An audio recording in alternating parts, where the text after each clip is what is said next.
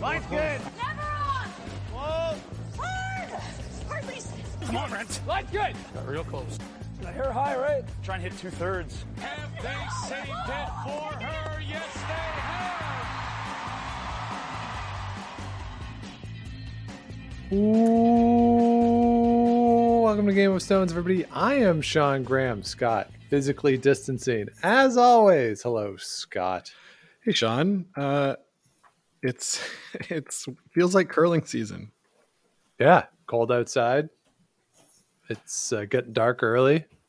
And yeah, it does feel like getting into curling season should be happening. But of course, here in Ottawa, it is not happening, Scott. And it doesn't appear as though it'll happen despite the end of the 28-day reversion to phase 2 here in Ottawa. I'm not optimistic that we're going to play at the end of that. Are you? Absolutely not. And that would be 2 weeks from today as we talk, I think, or 2 weeks from yesterday. It? Really? Is that it? It feels like it's been so much longer. I know. Since that announcement.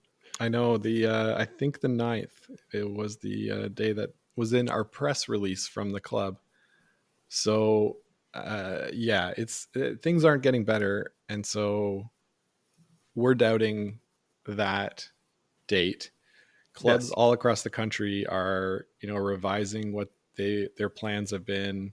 I think I saw a couple more today on Twitter announce they were closing for the season. A lot of others had planned to open in the new year. So the state of club curling is something that's been on our minds for a while.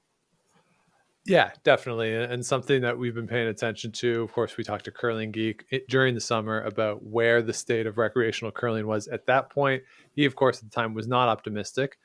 He's been to more curling events than we have, though. And I think we had that when we talked to him, we were more optimistic than he was. So it just really depends on where you live and what the situation is in your community. Of course, the news over the weekend was the cancellation of the events in Saskatchewan, the men's events, and the players who were scheduled to participate in that event. Most notably, Matt Dunstone and his team were quite upset about that. Colton Flash also very vocal about their disagreement with that decision that was made. But this is where we are in 2020, it seems like, where people are trying to figure out how to do things and the goalposts are moving. That's just the reality of the situation that we find ourselves in. Mm-hmm. So to me, it's almost like that old saying of man plans and God laughs. That sort of encapsulates what 2020 has been like for curling facilities across the country. Well, not just for curling facilities. It's 2020 everywhere. But curling facilities is what we're here to talk about because it's what we maybe not know the most about, but our show is nominally about curling. Yes. So a few months ago, we did do an episode in what I think will be a series for us of the unsung heroes of the curling club. So we talked with Megan Huff, who is a league convener here in Ottawa. And we wanted to get back into the unsung hero of the curling club. So why not look at the board members? We've talked on the show a few times about what board members do and the process that goes into making decisions for curling facilities by board members.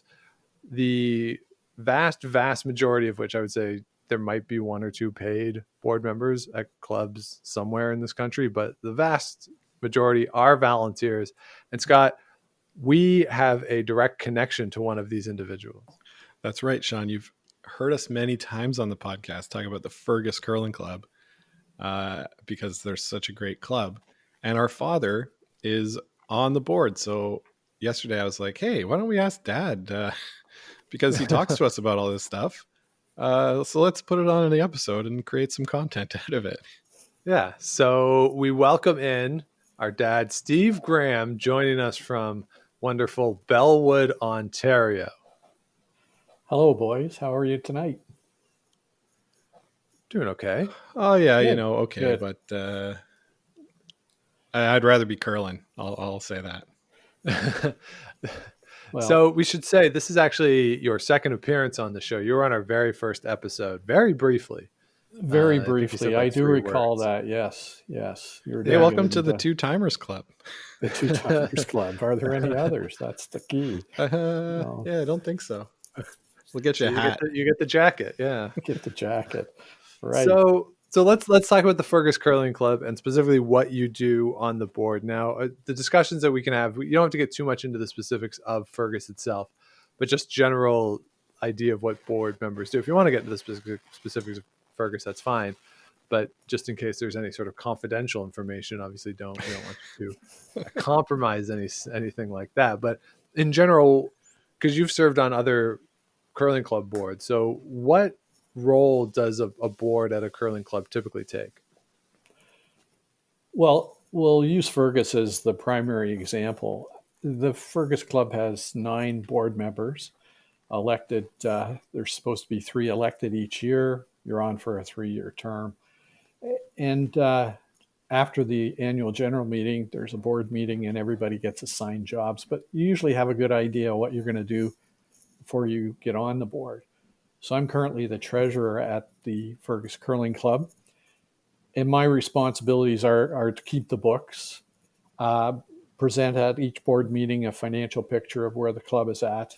I pay the bills, take in the receipts. I don't take in the receipts necessarily. Somebody else does that, but I account for them. And then at the year end, do all the reporting for the government, remit sales tax, things of that nature.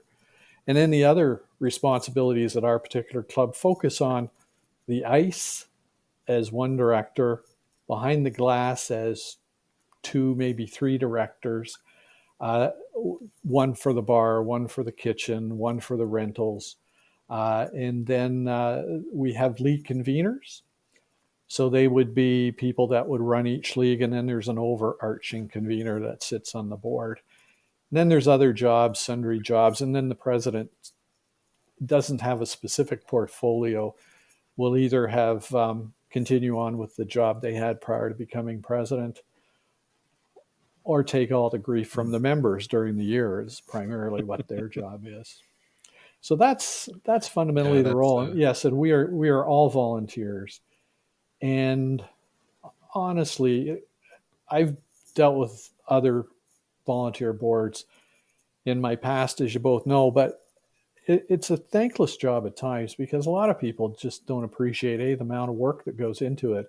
And anytime you suggest to the people that complain the most that they should come on the board and fix the problem, oh no, inevitably you get the oh no, I can't do that. I don't have time. I don't have a skill set. Blah blah blah. Or I'm not interested. Well, to me, you can't have it both ways. If you want to complain, be part of the solution, not part of the problem. But it doesn't always work out that way. Is that like if you can't complain about the government if you don't vote? Something like that. Yes. So, Fair I mean, enough, we're fair always, enough. So, I mean, any organization that requires volunteers is always looking for people to participate. And I mean, I took on the treasurer's job because I'd done it in other clubs and associations I'd been involved with. I'm comfortable with it. And so I thought, well, you might as well go with your strength. I didn't want to be the bar guy. I didn't want to be the kitchen person. I don't know enough about ice making and being on the ice.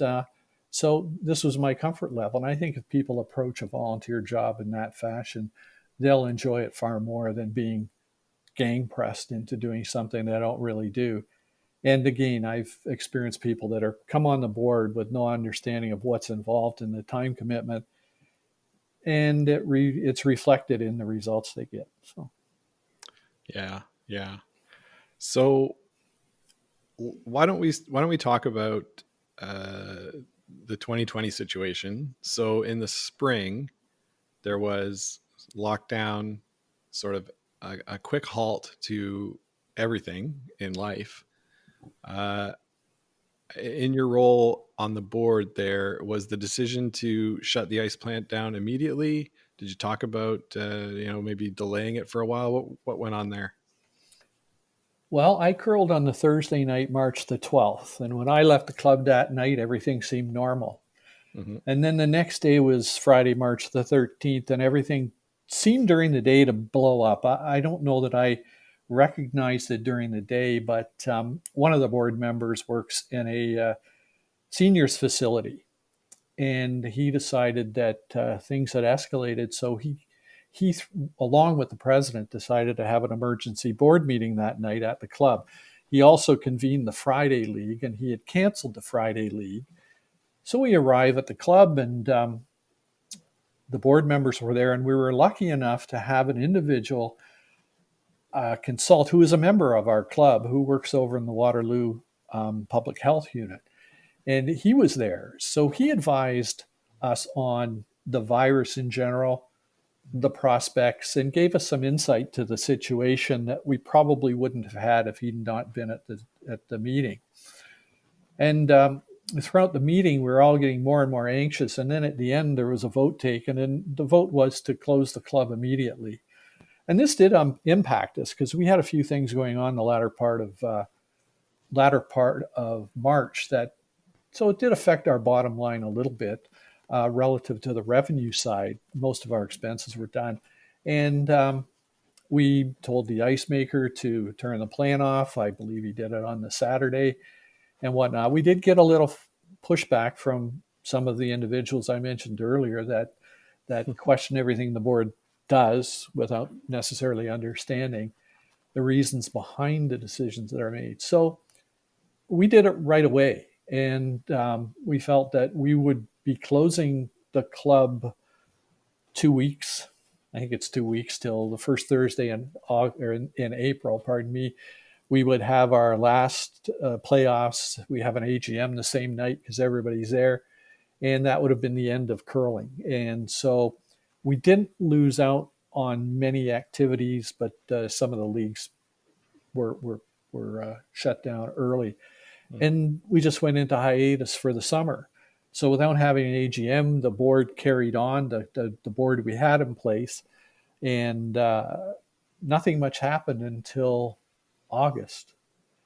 And in August, we convened an opening committee. And there were a couple of board members, but we got other prominent individuals within the club that had either convened, longtime members, other attributes, and they looked at all the Curling Canada and the guidelines from the Curl On and developed a plan as to how we might consider opening. And I was asked to participate just to provide some financial information as to what kind of things they were looking at. What can we look financially? So that was sort of August. And then we finally had an AGM, got a new board in place, and since then we've had numerous meetings trying to figure out what we're going to do. Yeah, you seem to always miss our trivia nights. Yes, Wednesday seems to be a popular night. Going to board meetings, so. Yeah.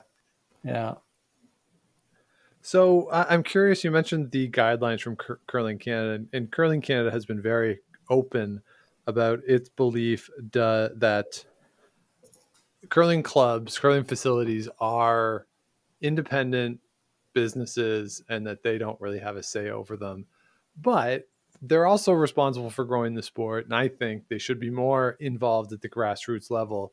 And certainly Curl Ontario, given where the club is involved in this process as well. So how much of say or how much influence or information were you getting from the provincial and national bodies while you were in the process of making these decisions, both in the spring and through the summer and now that we're into the fall?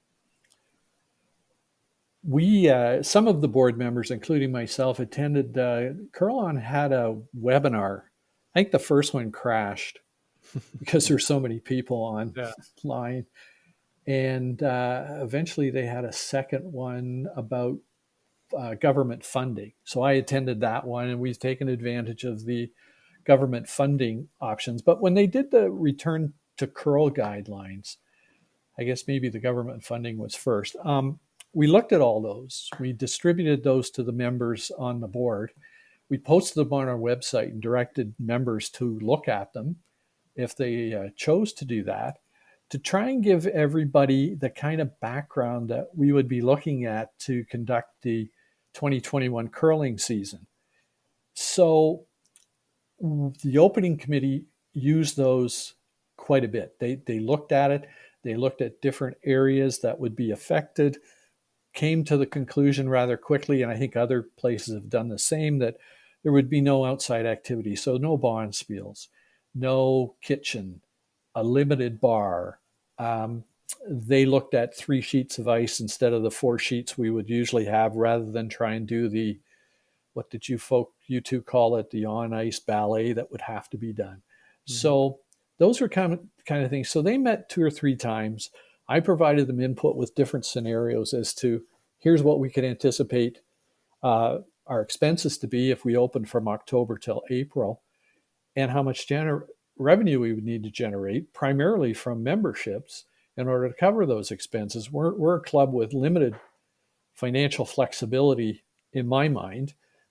We have what we have in the bank. We do have a capital fund, but I felt strongly that should not be touched. So I presented a scenario, and using something that an approach they had taken at the Milton Curling Club, where your mom and I used to curl for quite a while and still have friends. I said, we need X number of curlers to curl at this price. And if another Y number of curlers provide a sustainability fund, is what a donation to the club. And the sustainability fund was designed that if we didn't open, we'd have cash to get through the winter, because we do have expenses, overhead expenses throughout the year, not just during the curling season. And if people wanted to curl, they could pay over and above what the sustainability donation would be. And then we would see if we would get the right numbers, and that would determine if we want to put ice in. And the real decision from the board perspective and the opening committee perspective was, putting the ice in was, for us, a drop dead decision. That if we wanted a season and put the ice in, we were committed to have curling, provided the provincial authorities and the health authorities allowed us to. But if we didn't get enough members that were interested, then we would keep the ice out. We would have the money to go through the balance of the season. And to date, we haven't come up with the decision whether to put ice in. There's another meeting on November the 4th, which I understand to be, registrations will be closed. They'll look at the numbers. I would imagine I'll be tasked with looking at, here's how much money we have. How do we want to spend that in order to get curling going? And rather than start in October, they did make the decision to start in January and try and go through till the end of April. So still get 4 months of curling in, probably eliminate playoffs and all those kind of things, but just have 16 weeks of curling. And they've done a bit of a marketing approach to how much that costs a week compared to other things that you were doing before that you can't do now. Bowling was one of them, going out for dinner, all those kinds of things. So far, it honestly hasn't been as successful as I think we would like it to be, but we'll see when the final push is finished. Yeah, and so as part of the financial calculation that you have to do for the club, increased costs for PPE, cleaning supplies, all that sort of stuff. Was there a number sort of recommended from Curling Canada based on number of sheets, number of members, that kind of thing? Nothing that I saw, no. Okay. No. We had access to some hand sanitizer over the summer that the president got a hold of. So we have that.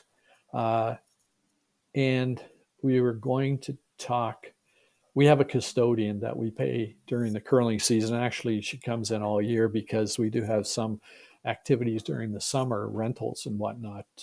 So we're going to talk to her too and decide how much does she need to help build. But I built in a figure of about $3,000 to $3,500 for the year, which is at least twice, if not 3 times as much as we would normally pay for that kind of stuff. Oh. Right. Okay.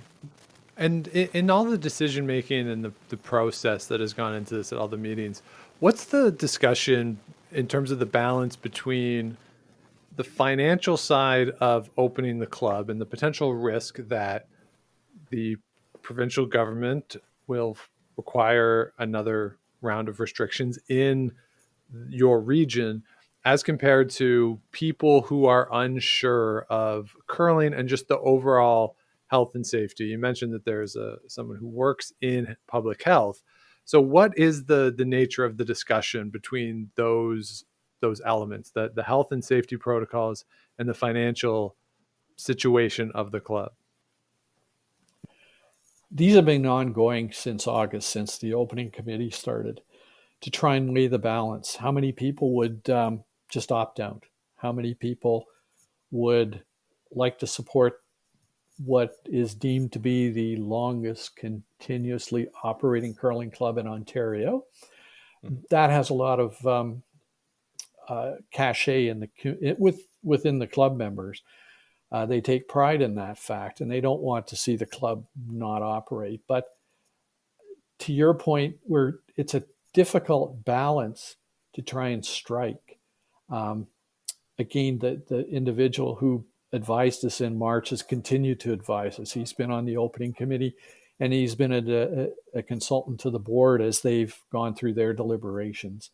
So we've got the health perspective. We're lucky here in the Fergus Curling Club and Wellington County in general is that the number of cases are very, very low. And so within the community, if we were all contained within the community, I think it would be an easier decision for people to get out and curl and do things. Unfortunately, we have members that don't live in Wellington County. We have people that don't work in Wellington County. They're going into Guelph, or they're going over to Waterloo and Kitchener, even down into Mississauga. So, those people are out and about, and the way the virus seems to work, that you're at risk if those people have it and bring it back to the club. It's very, very, I'm very conscious of it, and I think the other board members are as much conscious of it too. And it's not so much the liability we might have as much as we will make a decision that will get reversed in early January when we've got a lot of upfront costs to put the ice in, and all of a sudden we can't use it.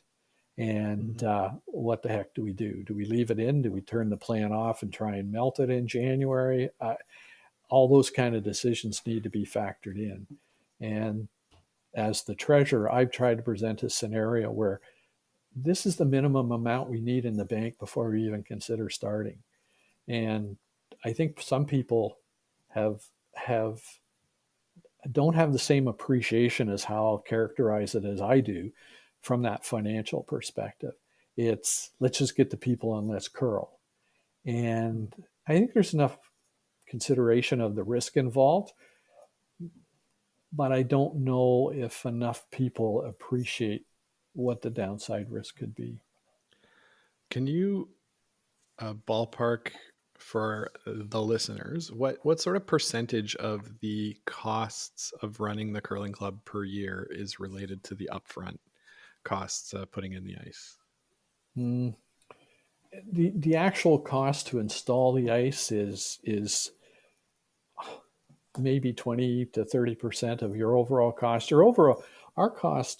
Our largest expenditure by category is for electricity. Yeah, to run the plant. And we have an old plant. We have our facility used to be attached to a hockey rink, and the hockey rink was condemned and torn down, I believe, sometime in the early 70s. But the plant that the curling club is using is a holdover from the hockey rink. And you both know the old Memorial Arena in Georgetown, and that was the vintage of the rink they tore down. So it's got to be, it's been retrofitted over the years, and certainly up to current safety standards and all those kinds of things. But it's an old, I don't think it's an energy efficient curling plant. Right. So that would be our largest expenditure. And then the ongoing maintenance of the ice. Scott, you've been an ice tech. The sharpening of the blades, the tuning of the scraper, flooding the ice, the water usage, all that kind of stuff. We have to paint the floor every year. It is a concrete floor, but we need to paint it. Last year we did get rings, decals, because we had sponsors and whatnot. So, we can use those again this year. So I'd say 20 to 30% is to put it in, another 10% to take it out, and the rest would be the ongoing. But electricity, and if we call it hydro, so that's the water, sewage, electricity, that would be our largest expenditure over the course of the curling season. Yeah, so you don't want to make a decision to put it in and then not have people using that facility while you're paying. That's right, because one of the decisions, if we put it in and can't use it, is how much of the revenue we've collected are people going to want back? Yeah. Because how we've positioned us is that,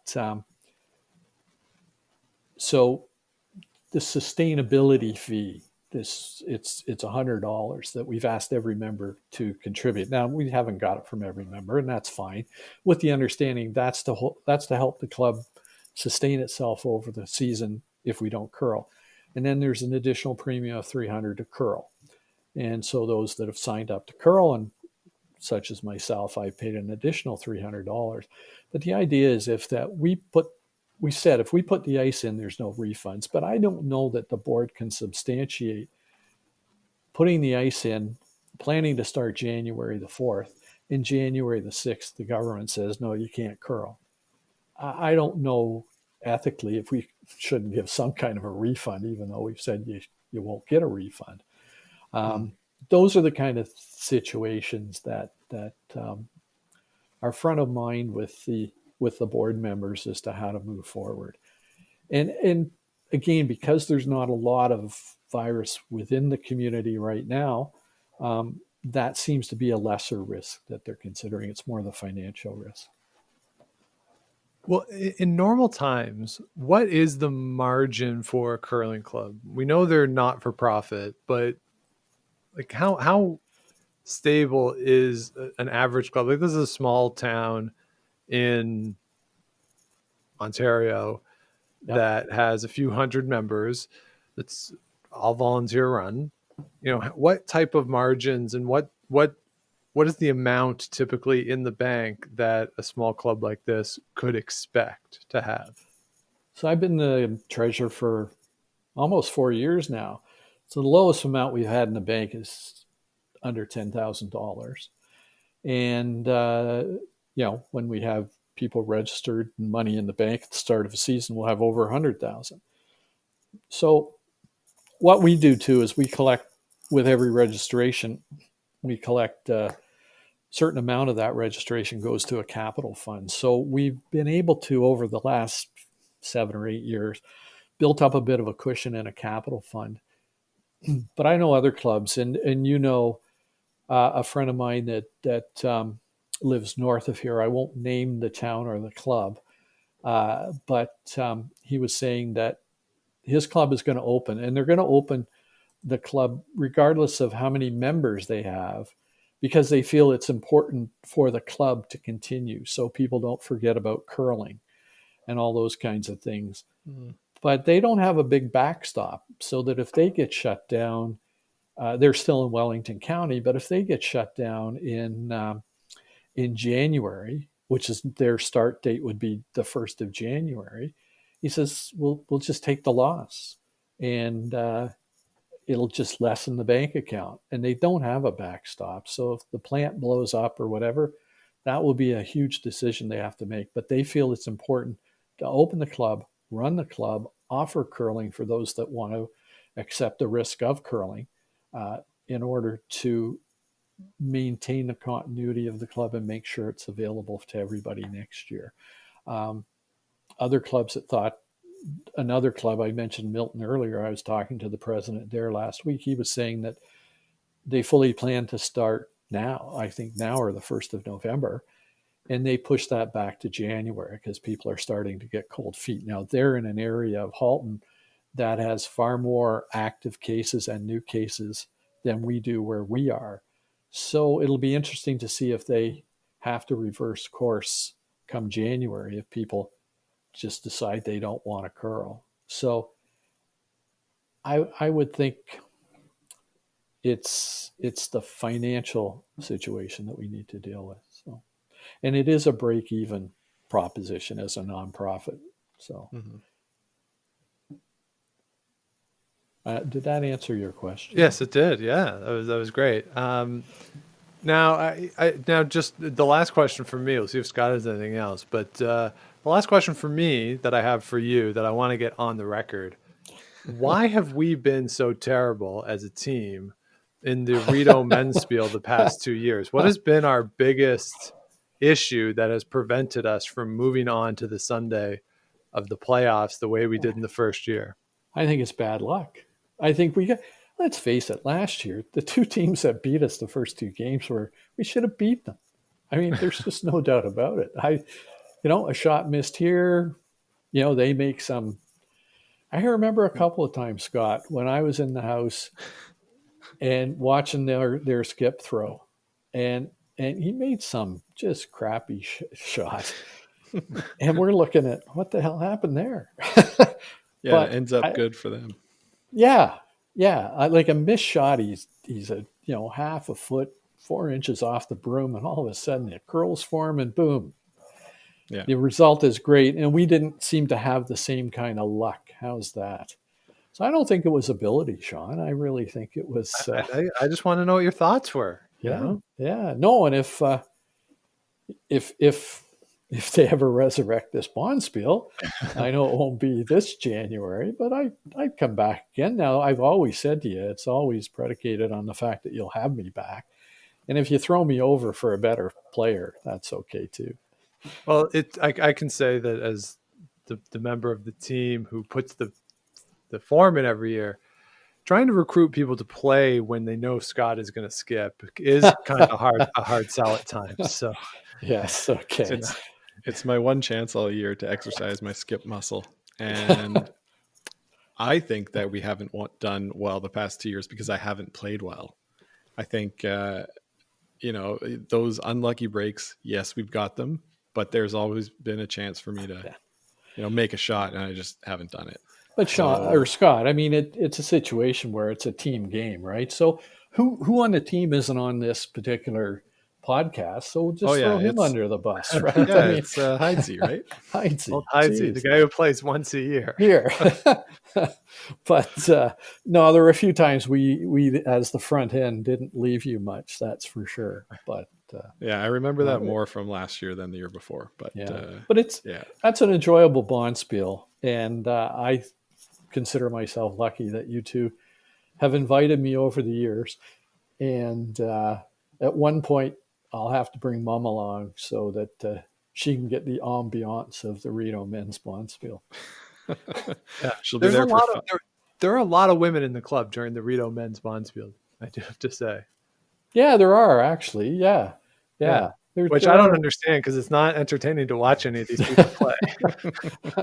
Nobody on the ice is worth coming to watch. No, I don't think in terms of for their curling ability. No, it's friends and family. Come on. Yeah. So, well, that seems like a good note to end on, Sean. Yes, that was terrific. Wow. So, Dad, thank you very much for taking the time to talk with us this evening. Well, you're both very welcome for whatever I offered up to this Bonspiel, but thank you very much for considering asking me too.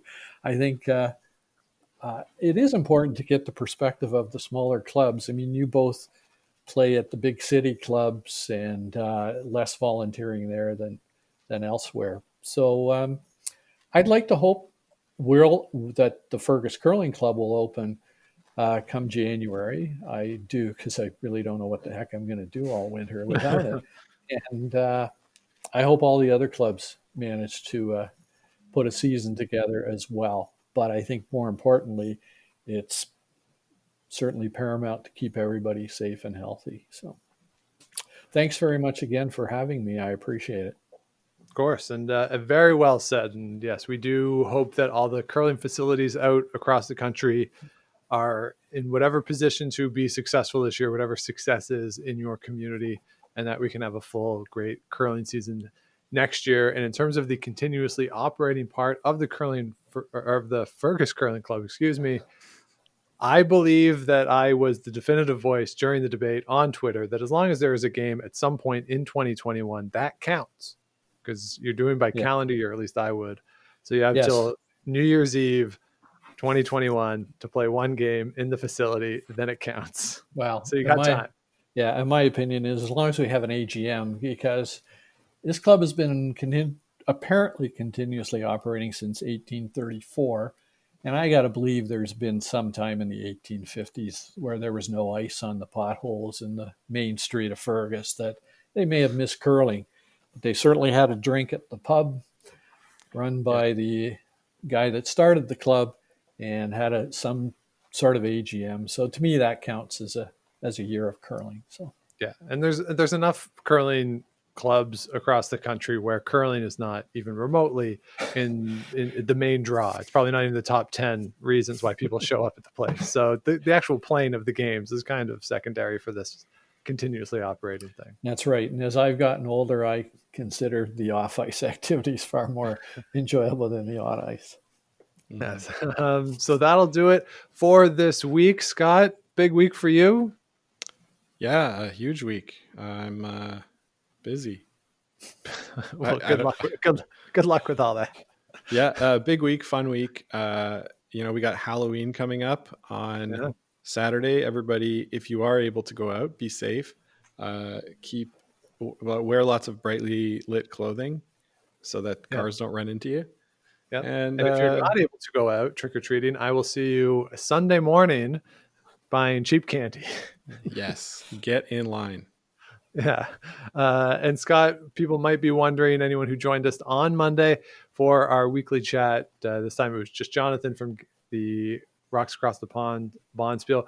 We did What Would You Do for Curling, where we pulled up some curling situations to talk a little strategy. But people might be wondering, Scott, did you turn on your furnace as yet? No, I haven't. And not only that, I'm wearing shorts today in my house.